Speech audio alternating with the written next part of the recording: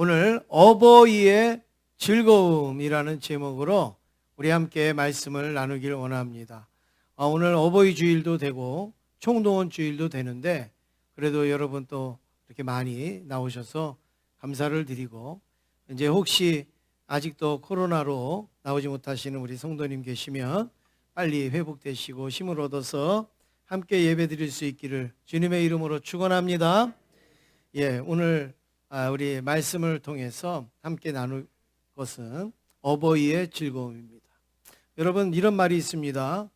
석사보다 높은 것은 박사이고, 그리고 박사보다 높은 것은 밥사이고, 밥사보다 더 높은 것은 감사이고, 그리고 감사보다 더 높은 것은 봉사다. 할렐루야. 우리가 이 땅에서 많이 배우는 것도 중요하지만 감사하는 거, 그리고 밥도 사는 거, 그리고 봉사하는 거, 이게 더 큰 은혜인 줄로 믿습니다. 또 이런 이야기도 있습니다. 맹자, 순자, 노자, 장자. 여러분, 이거 아주 훌륭한 책인데, 또 스승인데, 이 스승보다도 더 훌륭한 스승이 있다. 뭘까요? 웃자. 맹자, 장자도 좋지만 뭐 하자고요? 웃자. 오늘 옆에 있는 분하고 한번 인사하시겠습니다. 웃음이 최고의 스승입니다. 인사하겠습니다.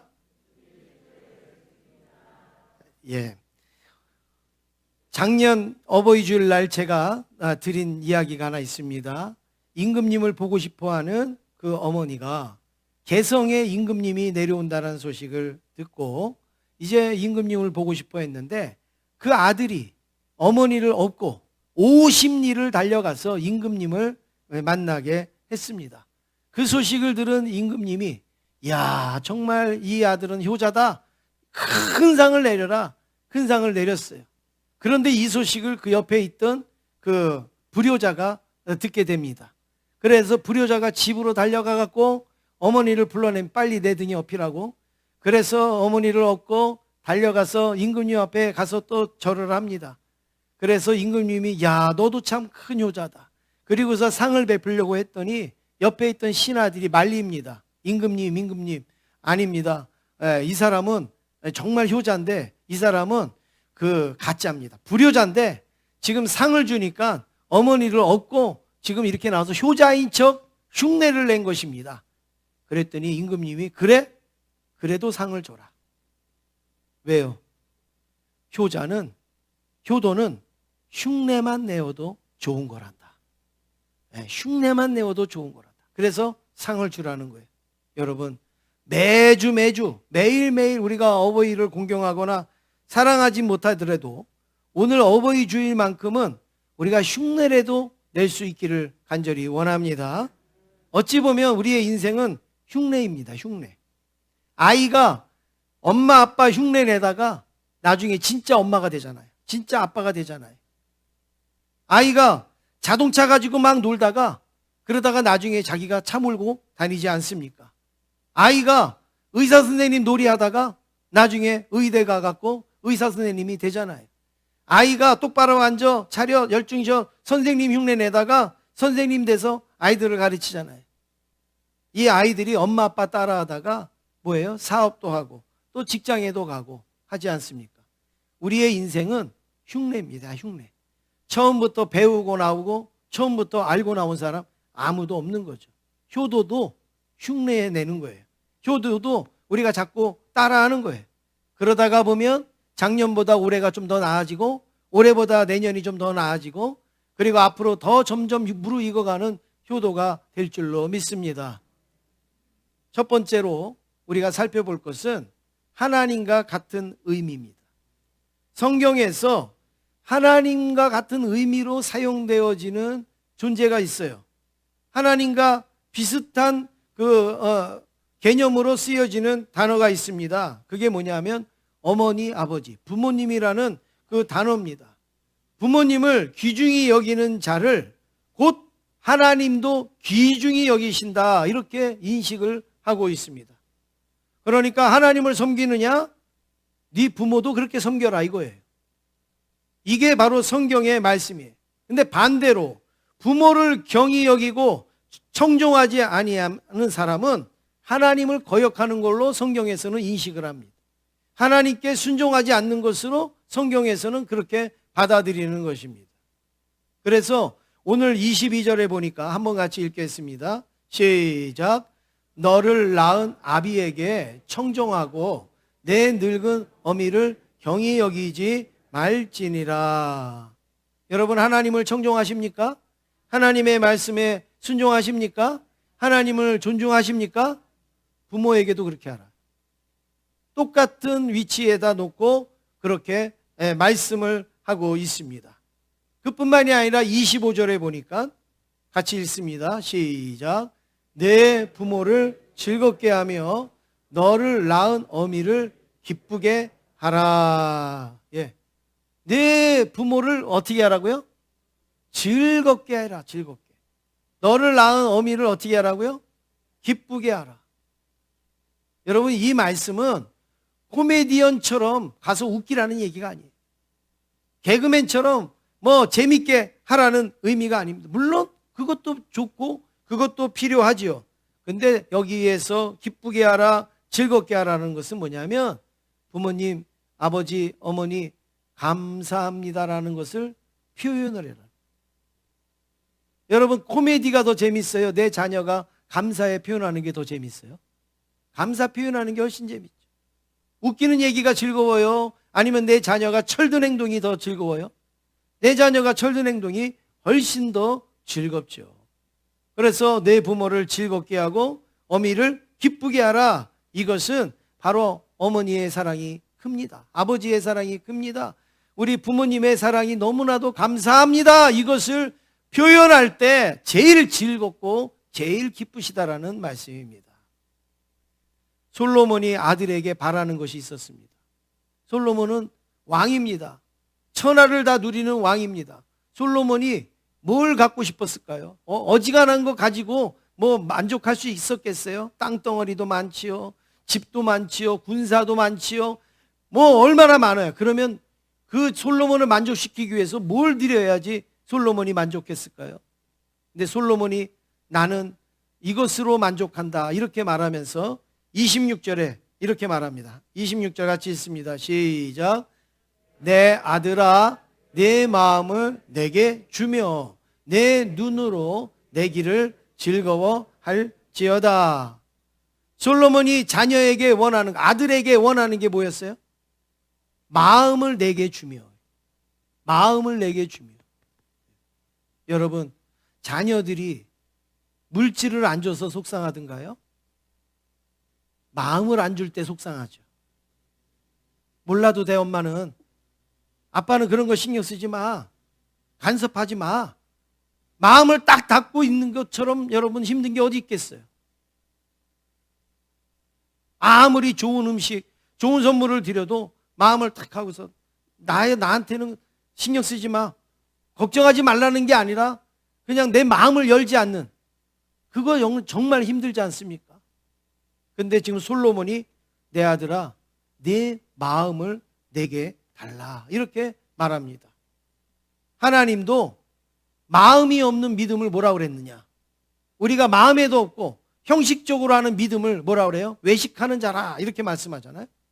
그리고 회칠한 무덤이다. 겉에는 예쁘게 무덤을 칠했는데 속에는 시체가 썩어가는 무덤. 마음에도 없는 믿음, 마음을 들이지 아니하는 믿음을 하나님이 그렇게 말씀한 것처럼 부모님에게도 마음을 들이지 아니하고 형식적으로 사랑한다, 형식적으로 존경한다, 형식적으로 섬긴다 하는 그 자녀들을 뭐라고 얘기하느냐? 외식하는 자라. 그리고 회칠한 무덤이라 이렇게 말씀을 하는 거죠. 그러므로 자녀가 부모를 즐겁게 그리고 기쁘시게 하는 것은 선물도 드리지만 선물에 뭘 담아 드리는 거예요? 마음을 담아 드리는 거예요.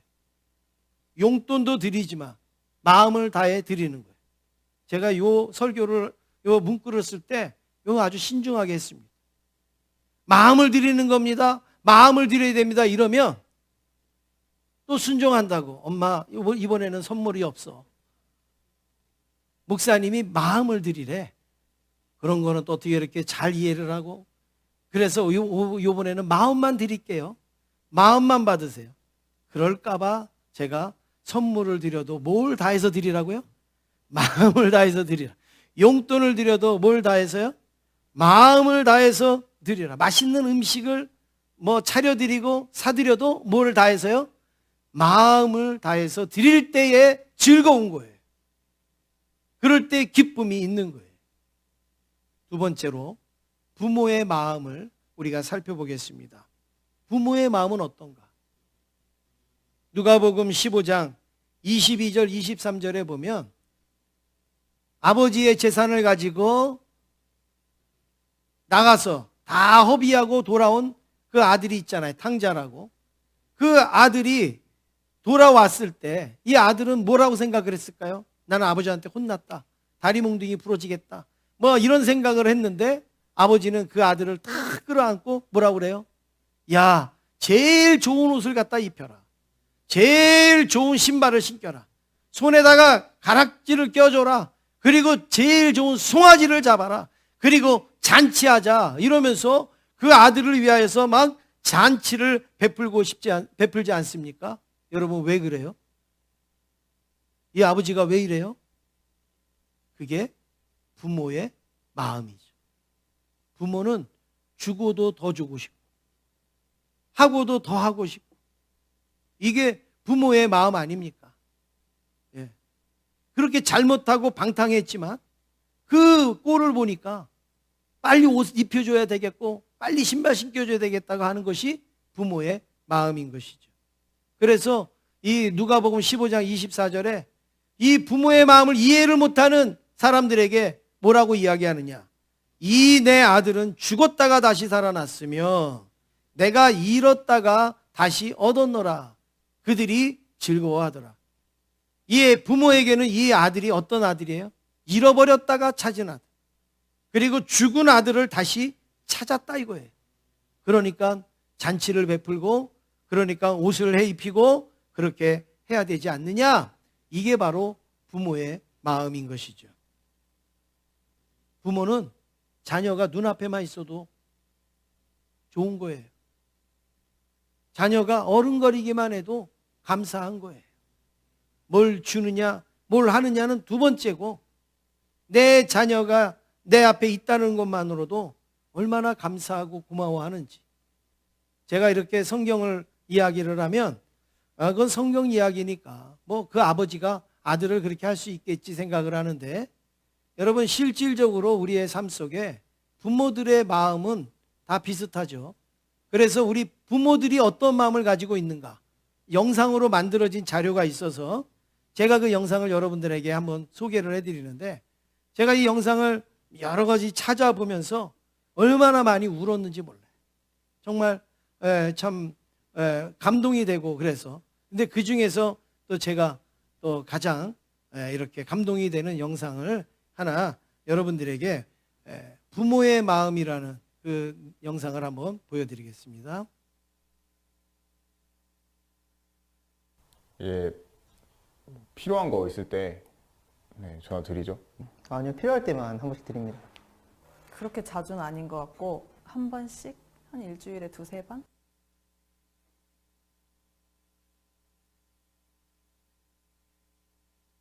왜? 아빠, 어, 바쁘나? 아니, 이제 다 끝났어. 아빠, 어, 나는 아빠한테 무슨 아들일까? 내가 엄마한테 무슨 어떤 아들이야? 나는 아빠에게 어떤 딸인가요? 나는 엄마한테 어떤 아들인가요? 나는 엄마한테 어떤 딸이야? 어떤 딸이야, 나는? 이 세상에서 하나밖에 없는 이쁘고 귀엽고 없으면 못 살 것 같은 나의 보배, 나의 보석, 나의 마지막 희망, 나의 로망, 나의 모든 것. 응, 됐어. 엄마. 나는 엄마한테 어떤 딸인가요? 오늘 어떤 딸이야, 야? 소중한 딸이지.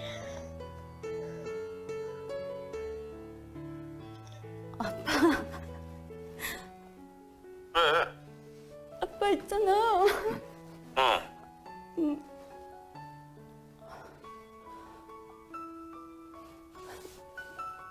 사무실에서 뭔 일 있었어? 아니. 그럼. 아빠, 어. 야, 물어보고 싶은 게 있는데, 뭐? 나는 아빠한테 어떤 딸이야? 치를 입힌 소리지. 왜?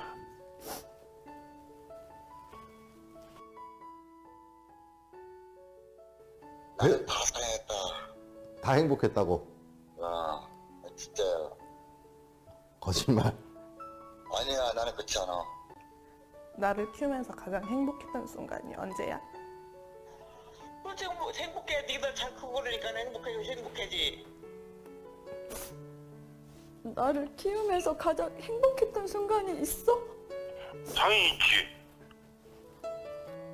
항상 행복했어. 나 태어났을 때부터 지금까지? 항상 행복했어. 가끔 네가 속을 썩일 때는 좀 속상하기는 했지만 그래도 항상 행복해. 어디서 엄마가 너 같은 딸을 얻겠냐. 절대 힘들지 않았지. 나는 우리 아들이 있어서 행복했지. 지금도 우리 아들이 건강하니 잘하고 있으면 나는 그걸로 감사하게 생각하고 있지. 미안한 적 있지? 언젠데? 없이 살면서 니들 마음대로 못 먹이고 그런 것이 걸리지 뭐. 키울 때는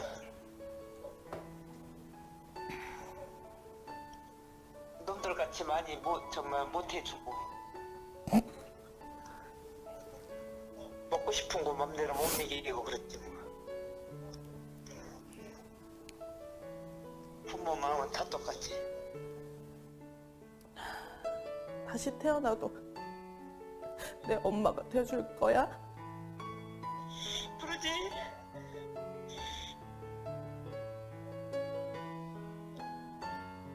그럼 다시 태어나도 우리 아빠가 될 거야? 당연하지, 슬기서는. 근데 왜 그래? 이유가 뭐야? 그냥 갑자기 생각나서 물어보는 거야. 미쳤어. 내가 너를 지금 오지에서 이쁜지 알잖아. 네. 저는 이 통화를 보면서 물론 이게 계획한 어떤 통화지만 부모님들의 마음이 다 똑같구나. 다 한결같구나. 이것을 제가 알게 되어졌는데요. 여러분 부모님들의 대답하는 그 태도를 한번 보세요. 조금도 주저함이 없어요. 조금도 머뭇거림이 없어요. 그냥 당연하지, 그렇지, 행복하지, 절대 힘들지 않았어, 항상 행복했어, 당연히 소중하지, 다시 태어나도 당연히 너의 엄마고 아빠지, 하나밖에 없는 아들이고 딸이지, 뭐 이런 이야기. 그다음에 미안한 거는 뭐예요? 못 해준 거, 못 먹인 거, 마음껏 해주지 못한 거, 이게 미안하다라는 겁니다.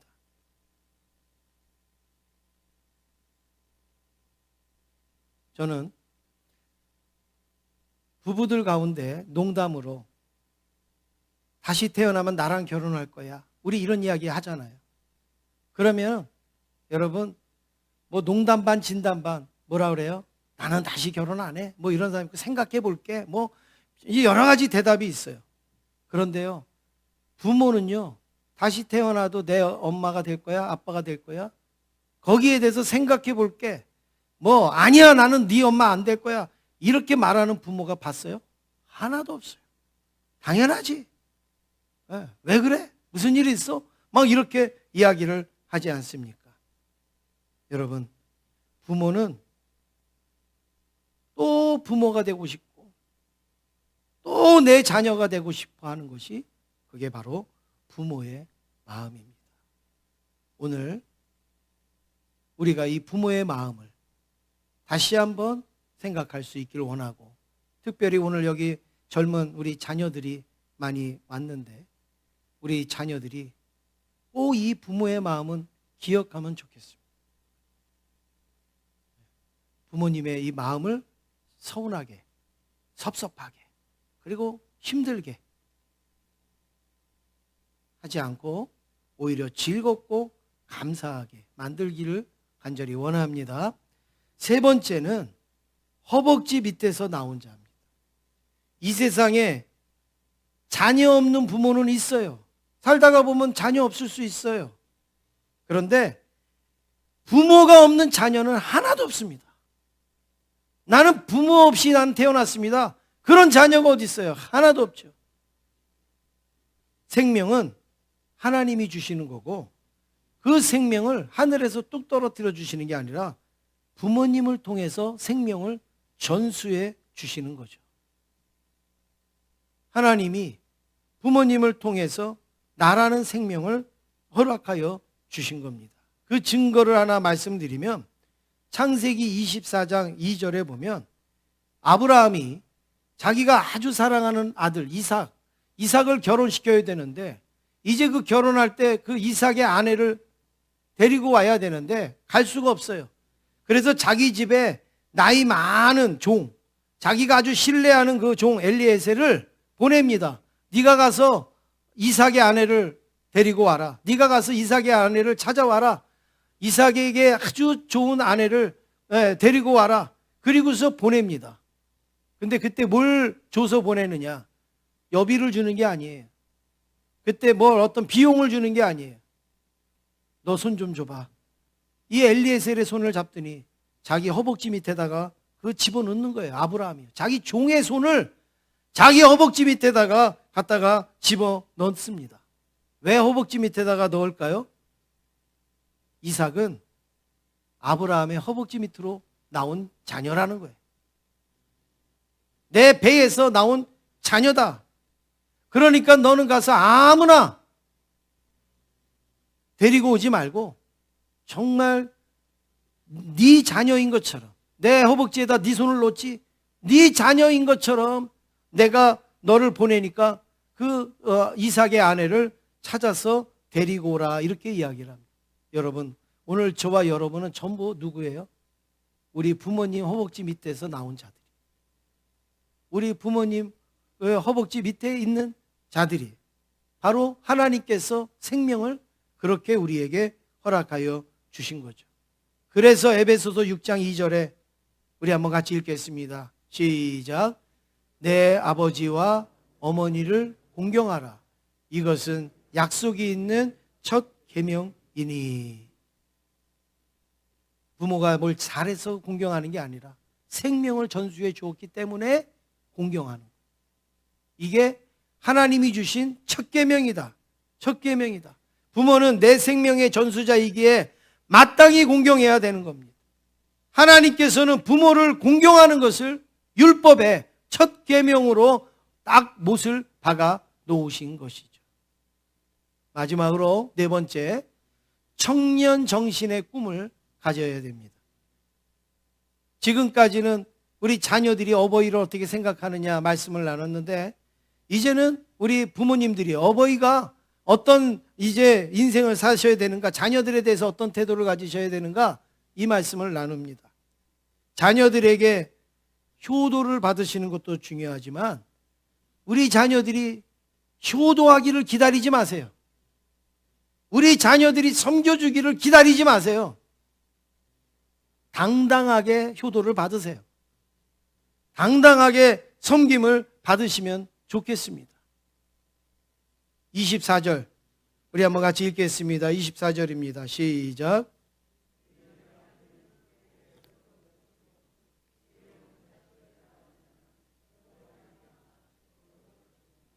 예, 의인의 아비는 크게 즐거울 것이고.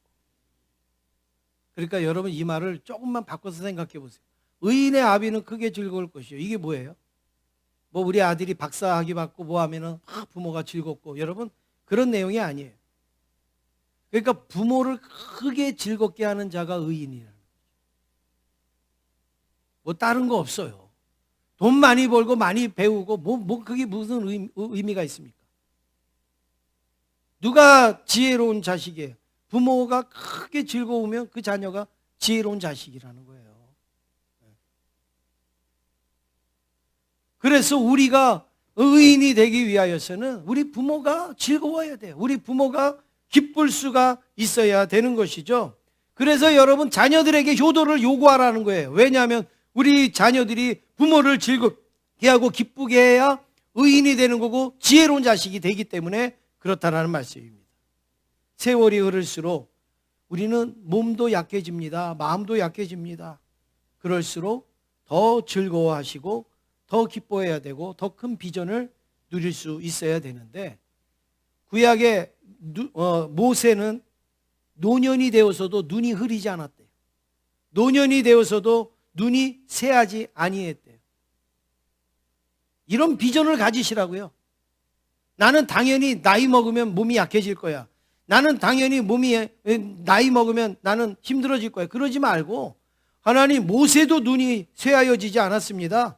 내 눈도 초롱초롱하다가 하나님 앞에 가게 해달라고 여러분 그렇게 기도하시고 더 건강하게 해달라고 기도하시면 얼마나 좋습니까? 바울도 달려갈 길을 다 마쳤다. 자기의 인생을 마무리하면서 달려갈 길을 다 마쳤대요. 얼마나 멋있습니까? 나 달려갈 길 많이 남았는데 니네들이 좀 책임져 줄래? 여러분 그게 아니에요. 나 달려갈 길 다 마쳤다. 멋있잖아요. 갈렙도 85살이 되어서 젊은 사람들도 헤브론 땅 가기 어려워하는데 여호수아여 헤브론 땅을 내게 주세요. 이 산지를 내게 주세요. 내가 정복할 수 있습니다. 내가 85살이지만 나는 처음에 광야에 나올 때나 지금이나 다를 바가 없습니다. 야, 여러분 얼마나 이 담대한 말을 하고 있습니까? 이들은 노년이었음에도 불구하고 전능하신 하나님을 믿고 굳건한 믿음으로 과감하게 도전을 하면서 비전을 가지고 살았던 것이죠. 나이만 노년이지 정신은 청년 정신이에요. 청년 정신. 나이만 연세가 드셨지 정신은 청년 정신이고 청년의 꿈을 가지고 살았던 것이죠. 하나님도 우리를 대할 때 젊었다고 소중히 여기고 그리고 연세 드셨다고 하찮게 여기시는 하나님이 아닙니다.